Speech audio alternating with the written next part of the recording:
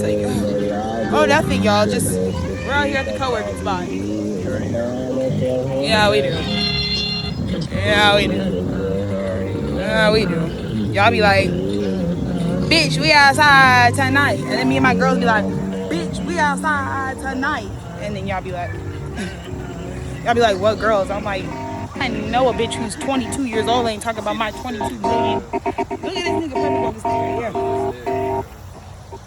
Yeah. Plenty innovation happens on this end. Plenty. Girl said, how are you gonna fund your campaign? How are you gonna fund blood on the leaves? You know what I mean? That's how we're gonna fund this. Plenty fallen leaves, bro.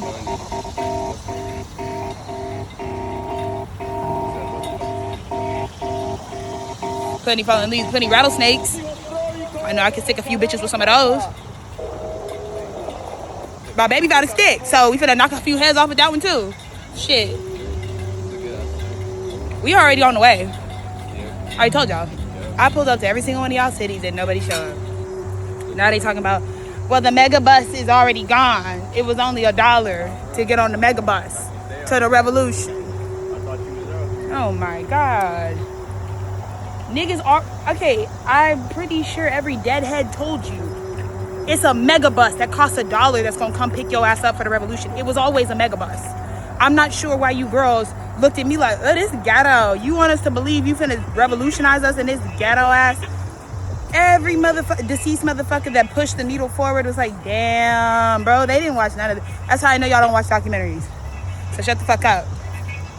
That's how I know you don't read. That's how I know you don't, it's like, I'm sorry, I was supposed to bring the Uber Black. Uber XL. Come pick you whores up. Bye, send instructions next time. You let your Amazon drop-off guy know? Why don't you let me know? You never let me know. Seems like we kind of need me for the future though, so why am I the last bitch to know? Anyways, it's plenty studs, plenty material. All my bitches are fucking in shape, unlike you bitches. Huh? It's Mariah skinny in this motherfucker, yeah. Oh yes, baby. You don't get big bodied unless you got that wisdom on you. But y'all don't know nothing about nothing. Y'all don't know nothing about nothing. So that's where we stand. But as for us,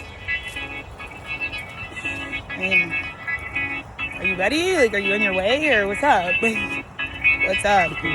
That ass. Just get into this fucking cooperative economics bag, okay? Like, just get in it. Just hop in it. If you got a coin, put the coin in this bag, bitch. Tithes and offering. God told me let's just collect the tithes and offering. Okay? Matter of fact, fuck it. I'm gonna tell y'all what it really is from God right now, since we out here. 2027, we are doing the Children of America tour. It is, I told you, I'm not doing the presidency for 7 more years. I need 7 more years of development and deep connections with the community before I feel like there's any need. There's no need to make it abrasive. It should be a chill job. I should be able to be like, I'm the president. I go in 9 to 5, come home, charcuterie board. Okay? We don't need a presidency that's like, I never sleep. I actually stay in the underground bunker. Me and fucking Kim Jong just had a fucking standoff. Like, no, babe. Like, we're not. That's not a good day job for anybody. And that's probably why shit's in the fucking shitter. Because nobody gives a fuck about anybody's role in the quality of life. I don't want a shitty job. So I'm going to stay in the dish pit where I'm protected until you girls can figure out a better job. So I'm coming through and at a regular rate, not a fast rate, okay? I'm an innovator, but I am not a sprinter, okay? So I am doing my part to try to etch out these archetypes as I can. But if you guys want me to deep throat capitalism's destruction and innovate the new world before it all happens, you just need to take the pace that I'm going to give you, okay? I would still consider it relatively quick, considering it's nothing but me and a bunch of dead bitches, all right? So, my proposal, the Children of America tour, could not be stopped even if it was delayed by our own silliness as humans. It doesn't matter. It's a bigger effort, okay? So, one of the biggest things that I feel like my destiny being born in Austin, Texas, and what that city and that grid and that code really represented is it's the site of the live music capital, right? And I don't know if you guys know what the Capitol is, but it's actually a political space.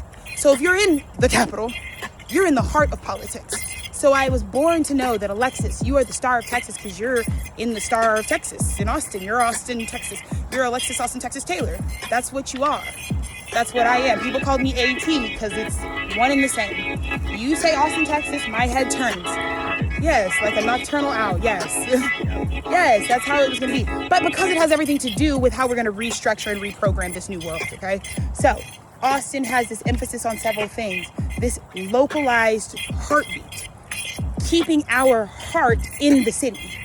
So when we talk about big tech and basically wealthy people who are opposite our politics taking advantage of our politics and our consciousness that we maintain because of our politics in Texas to seize up land that they haven't earned. And so the debt on the land isn't because Texans are mad. The debt on the land is you can't just come over here and take your 2 million Cali dollars and convert it to 2 million Texas dollars and be cool, and not think that to do that you're decimating the natural ecosystem.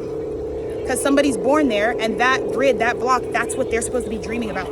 But the houses aren't available. The kids who dream about the mansions, when I was a kid, I dreamed about living in a lake house on Austin. When I get any amount of change, I'm going to go buy a lake house on Lake Austin. That's where I'm going to be. Because anybody from Austin, anybody who's Sherman Ray's daughter deserves that. That's where I'm getting, that's where the guys are at. So my family, yeah, no. Lady Bird Lake, that's our fucking lake. Fuck y'all. Okay? Anyways. So, like I said, we are at that place though, where it's the hyper-localized heartbeat, which is what could create something like a live music landscape. Austin is just genuinely a place where there is equity in the purge. It's not even the performance, it's in the community of music. When you're in Austin, there's so many easy ways to learn how to X, Y, and Z with music. Whether it's just a free opportunity from a friendly stranger to pop a squad and just, we're all chilling, ain't no shit, do what you gotta do, or you're really just able to find and access niche, sort of primal activities. But there's that sort of energy that we think of the heart as primary, and that's why we also consider it a primal space, sort of a place where we don't have there's no mind, body in the heart, it's the heart. It's a totally different type of durability, right? And I just want to breathe into repairing America's sacred heart. I want us to be better hearted towards ourselves, and therefore in our policies and in our relations with the rest of the world. But I most importantly want us to focus first and foremost on our relationship with the natural world. Fuck people, fuck talking to each other, just everybody stay where you are. Won't be no wars if you just stay at your house. Work in your business, stay in your government, just shut the fuck up for 20 minutes because it's not going to matter about talking to each other. Your homes, everyone in the planet.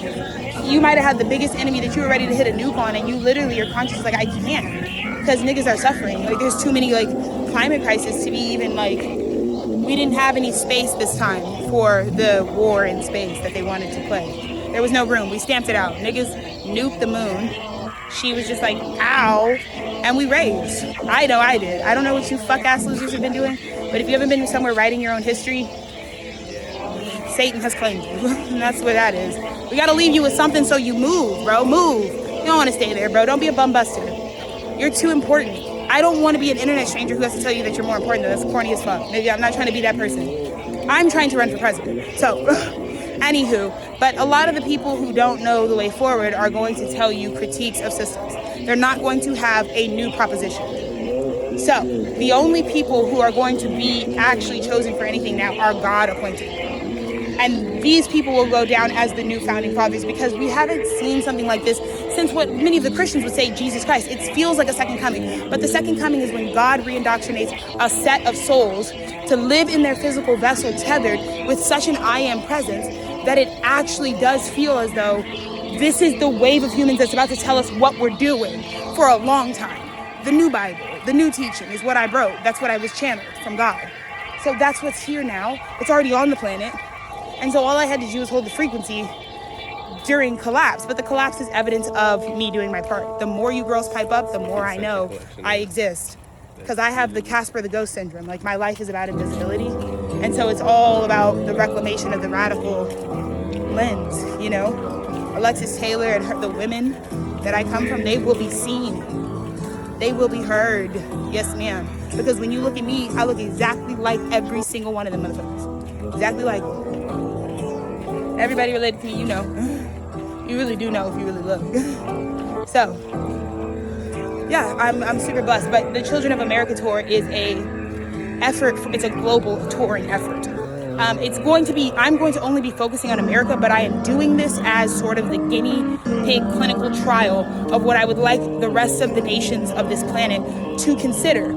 So I'm running for office, and I can admit that my candidacy, people could come in to understand that I'm coming into candidacy from a myriad of my fabulously well-decorated repertoire of experiences and masterful accomplishments. Yes. So, someone might know me like, oh, that's that girl that I heard built that barber college. Yeah, she did.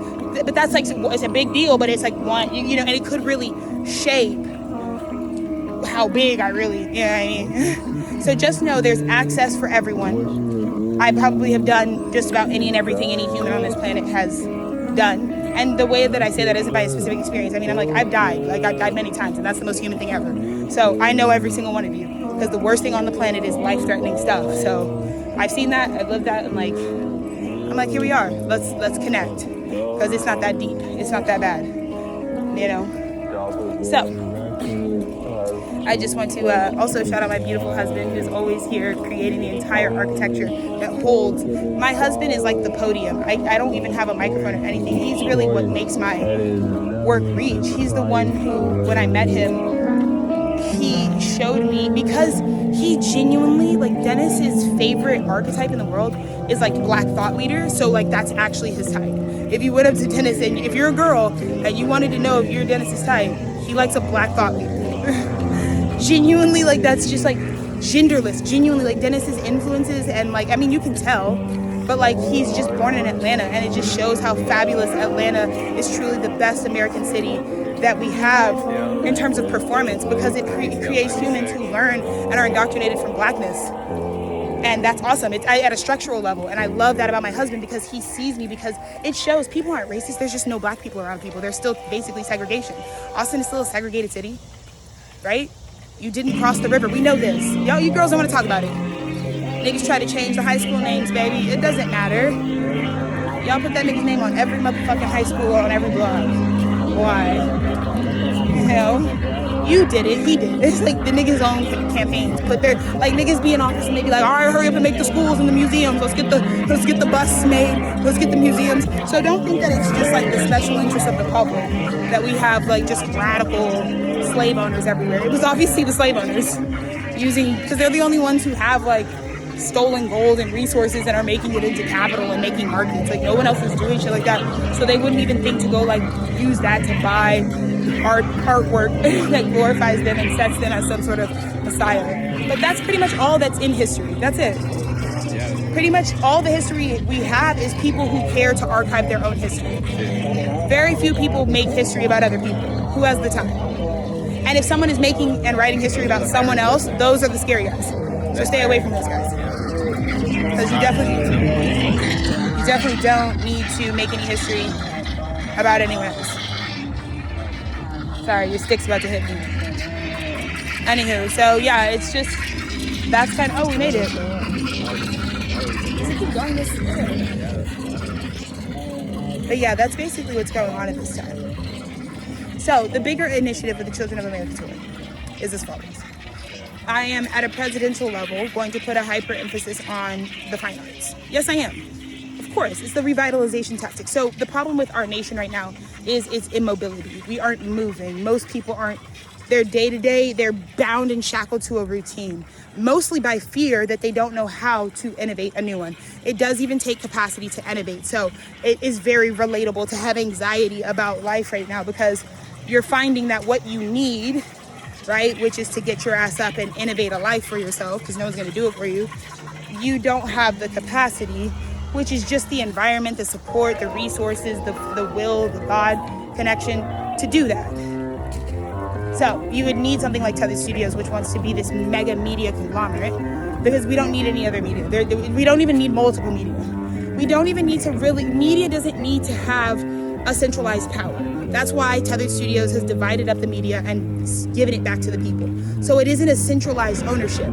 It stands as like the global commissary. Like it's basically standing as, like I said, my plan was to make sure that my daddy can die with health insurance from his daughter, from Tethered Studios. Do you understand me? Free fucking health insurance, just cause.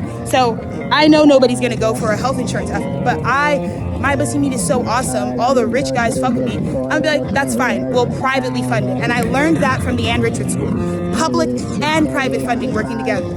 You can reach whatever God has ordained for you, or who am I to tell you what that is? God, I always just believe God deals with every nigga who doesn't manage their shit. Trust me, doesn't. So you don't gotta worry about no one else's lane. That's my whole campaign. Stop looking to your left and right.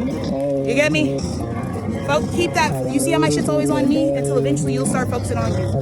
But I'm a good mirror because I don't hold the ego space. There is no need to focus on my design because I'm not sending that out in my messaging. When I'm on here, I'm not thirst trapping. I'm not desiring something from someone specific.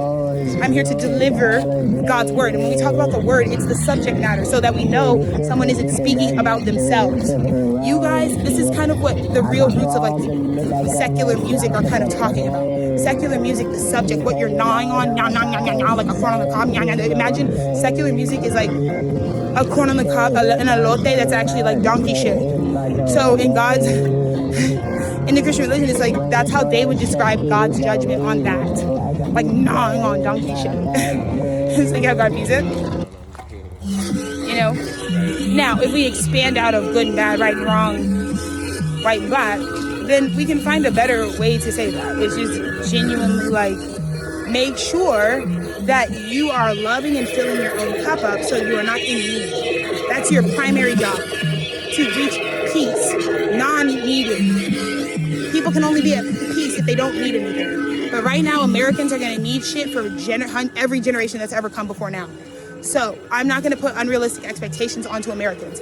I'm going to focus on relief, reduction, expansion, further grounded breath, togetherness, healing, nourishment, group joy, nature, and plenty of fresh water, salt water, water.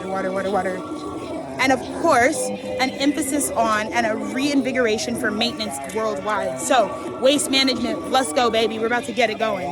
We're about to really pipe it up. You know what I mean? So I'm so excited for all of us to be excited about the ways that I have plans to revitalize and rejuvenate. Because America just needs a little rejuvenation. That's what you'll find in Georgia. All the rejuvenation. The preservate, but it's rejuvenated because the people, the conduits, humans are the conduits. So you have to really connect with it. And people in Georgia love Georgia. So you have to connect to the outside world.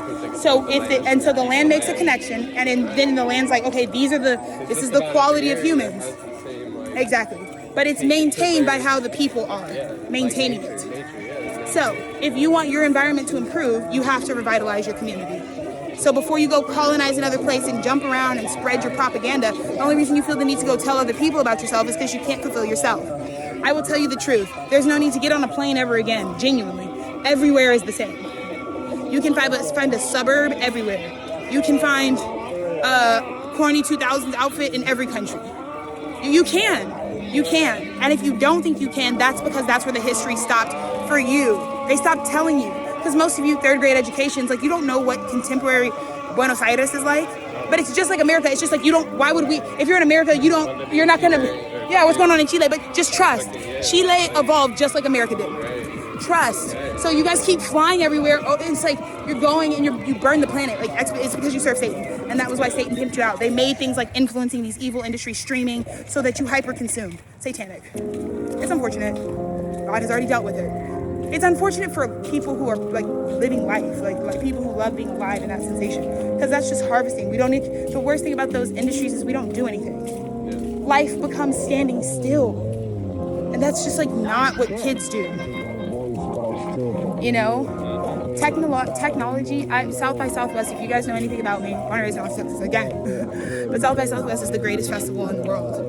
And it's like I am South by Southwest. Like I work there every year as a team. Since I was a kid, and to know and to have seen technology and art in my face in a festival so innovative that it took over the town. And I was always in the heart of it because the Statesman was at the heart of it. It was always in the conversation. So I was everyone's South by plug because my mom always got free shit, always got me into everything. Because she would always say, hey, they're giving us passes, badges, da, da, da, da. So I just got into everything. Because my mom worked at the paper, and I understood that the paper is the center of America. It's what makes America great, truly. The paper is. And when we lost the paper, we lost ourselves, because we lost our record. And it hit my home. I know it hit everyone in Austin. Like the institutions we built, like the Open Bar Records, it's like... It's to revive the things that matter to us. Right, the same... Atlanta's sound, it can't be decimated by innovation. It needs to be propped up. Of like facts that Yes. can't be, that need to just be like, they exist and so they need to be dispersed and like, Exactly. you know, like it's just like part of what their nature is. Oh, actually, we can go this way, right? We just walked that way. So it's great. Oh, so then this way. No, it's actually, if you're trying to go back to this way. Okay. So yeah. No, but yeah, this is like, these records need preservation. Everything must preserve, and we need to really care about that. So, you know, the Children of America tour is a press tour. It's 50 films, 50 albums, 50 parties, 50 states, and everyone is invited. There's no performing. It's a music group's tour. It's what my husband's label wanted to send one of their musicians on tour because they were ready for that. So it is a musician tour, but we've recontextualized that, so it's sponsored by the label. Like the first But like, the concept, for the artist, right, for the artist. But like, the tour itself was written by Tethered Studios in partnership. So the concept of what we're going to be doing for this group, because this tour was and is designed to be done by who it's being done by, hosted by. There's a reason, because you would have to send two people who embody America in the now. The Children of America. So it has to be someone, to these children, these chosen children that people can access and feel proud of. Upright individuals. And from there we built all the programming, the financing, the budgeting, the scheduling of it all, the resourcing of it all. It's very, it doesn't require anything of you guys except for to party and participate. But it's in a global alignment. So in the year 2027, to all my artists and musicians alike, the touring will be happening, but the challenge for you is to get innovative about how you do it in a way that won't require a stage, okay? So go on a tour and install yourself, play your music, do your thing, but no stage crowd. Can we think of something more dignified for all people if you want to go on tour with the kids? So we'll be in each state when we plan on aligning with each artist. So artists, this is also a non-movement tour. My idea is not to get all of you to go everywhere. I want artists to focus in 2027 on a localized effort. So a state, a city, somewhere where you can get really, really small. So we can start bringing really big impacts into just like mad small initiatives. But you revitalize some small initiative like that with this sort of a hyper juice jolt. You get what I'm saying? It balances the disproportionate karmic debt that has to be cleared for the people who are of privilege and power and resources right now. So it will essentially, it's like your service hour, right? You put into this small effort, clears that debt. So you go on that journey with this small effort to revitalize the community, but then you get your new inspiration. So after all this is done, once we participate and we get Alexis in the office, and we're all in the office, right?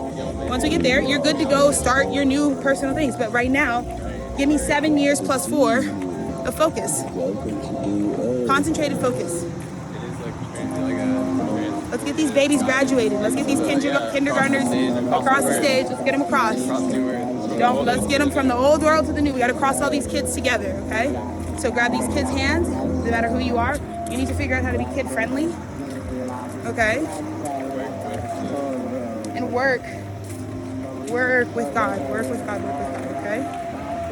So I'm so excited. I have so much love in my heart. I am so grateful for this second life, and that in exchange for the programmed old life that I was really scared to let go of, but actually it's my imprisonment. Like, they want you to be scared of letting go of your prison. Decolonizing your mind for everybody, even especially white people. White people, decolonize your mind first, please. That would have been helpful, so we would have known what to do. It's kind of hard to decolonize something when you're not a colonizer because you don't even know what the fuck they were trying to plan on you. Some of the shit I only figured out by like growing up. Like, oh, I just can't get this kind of job, or I have this type of glass ceiling above me, or I'm being threatened some way just because of these boxes these guys made. And I wouldn't have even conceived of it because it's kind of sick and sadistic. So, and that's a shared experience for white people. They plan for your futures too. Because there's white people wanting to preserve whiteness, but then then they create a class, because if you're going to preserve whiteness, you got to think about what else you could kind of get extra stingy about. And then they make a super ultra mega. So they make gender, they make class, and they make race. And it's just like, that's that. That's that. Those are the 3 B's. Those are the bummiest bitter bitches out. But if you feel like you've been imprisoned by your gender, your class, or your race, I have a new world that offers you the alleviation you need, the reparation you need, and the freedom and empowerment and resources to start you on whatever journey you need to go on next to heal yourself and just be at ease. Even crooks and robbers, I want you to take a day off. If you're out here and all you do is murk for a living, just can we all take a nap? I think everybody needs a break. I think everybody wants a stimulus check. I'm not promising free money because free money doesn't make you happier. I'm giving you free time. The things that I did before I even got into office in my 20s are what freed you guys up to even be willing to vote for me in 2032. So that's on being dedicated to this country for a lifetime. And that's what you should expect of a president. And I'll sign off by saying this. Every single one of you needs to understand that you have to ask your president in one fucking sentence, what is the job description of a president? What makes someone a president? And I will tell you what my answer is, as Alexis Ray Morning said. What makes someone a president is they have the biggest heart. The biggest heart. And that's that. The biggest. Truly. Like, it's just genuinely nothing smaller. So, the bigger the heart, the badder the bitch for president, because it just takes a lot of heart to empathize with a massive landmass. You are self-qualifying, so I think we get a lot of candidates and presidents who have the self-belief, but it's like they're not quite compassionate to any degree, and so we just kind of hurt ourselves. But off top, it's not caring, it's actual ability. I think people think empathy is a feeling. No. Empathy is a social condition. If I'm experiencing empathy for you, that's a cognitive recognition that there is multiple experiences that have happened in the same place at the same time. Like if I can empathize with Dennis about getting in a car crash, that would mean I've also experienced a car crash. I'm empathizing. Whoa, what's the actual data set there? That 2 car crashes or more have been experienced right now. Emotions aside about how we feel about it, that's what would be said with an empathetic person, right? So the narcissist, that's why empathy, because people think, why would empathy be the opposite of narcissism if it's a nice person or a kind person or an understanding person? No, a narcissist cannot relate to anyone. A narcissist has been isolated because they feel insecure. And for whatever reason, their insecurity makes them feel like they don't actually know what anybody else is doing, because they don't do whatever it is. They feel like they don't do it. So they walk around in the first dimension.